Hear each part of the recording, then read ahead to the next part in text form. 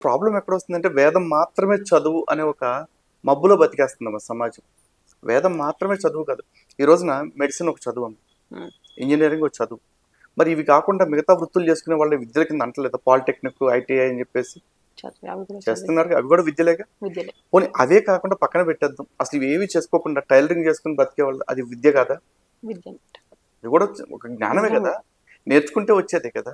మరి ఈ రోజున కుండలు చేసేది ఒక విద్యనే, చెప్పులు కుట్టేది ఒక విద్యనే, వ్యవసాయం ఒక విద్యనే, యుద్ధం కూడా ఒక విద్యనే. మరి ఇవన్నీ ఎవరు చెప్పరు వాళ్ళకి. రెచ్చగొట్టడానికి, రెచ్చిపోవటానికి ఇవి సరిపోతున్నాయి కాబట్టి, మీ కులాన్ని తొక్కేశారు బాబు అంటారు. అరే అసలు కులమే లేదు. కులాన్ని తొక్కేయటం ఎక్కడ?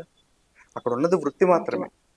కాకపోతే ఇది మా వృత్తి అంటే ఆ వృత్తి వంశపారంపర్యంగా ఎందుకు అలా కొనసాగింది అంటే చెప్పులు కుట్టేవాడి కొడుకు చెప్పులే కుట్టాలి అని రాజ్యాంగం ఎక్కడ రాయల ఏ రాయల. ధర్మశాస్త్రంలోనూ.